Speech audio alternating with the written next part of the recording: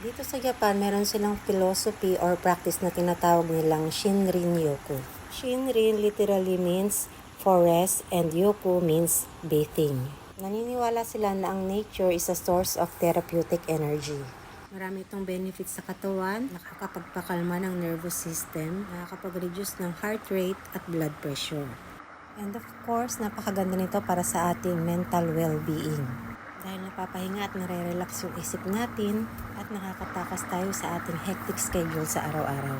Just a few hours or even minutes of connecting with nature. Tutulala ka lang at papakinggan mo yung natural sound ng hangin, ng tubig, ng mga ibon. Nanamnamin mo yung ihip ng hangin at hahayaan mo sikatan ka ng araw. At dahil hindi naman lahat ay nakakapunta sa mga kagubatan, kaya dito sa Japan, marami silang mga park na pwede niyong puntahan kagaya nito. At sobrang nakakabilib nga kahit na mga city ay talagang nape-preserve nila yung mga nature nila. Kaya tingin ko rin isa ito sa mga dahilan kung bakit mahaba ang buhay ng mga Japanese. Very mindful, very demure. Kaya ano pa hinihintay mo? Bitawan mo muna yung cellphone mo. Digital detox for a few minutes.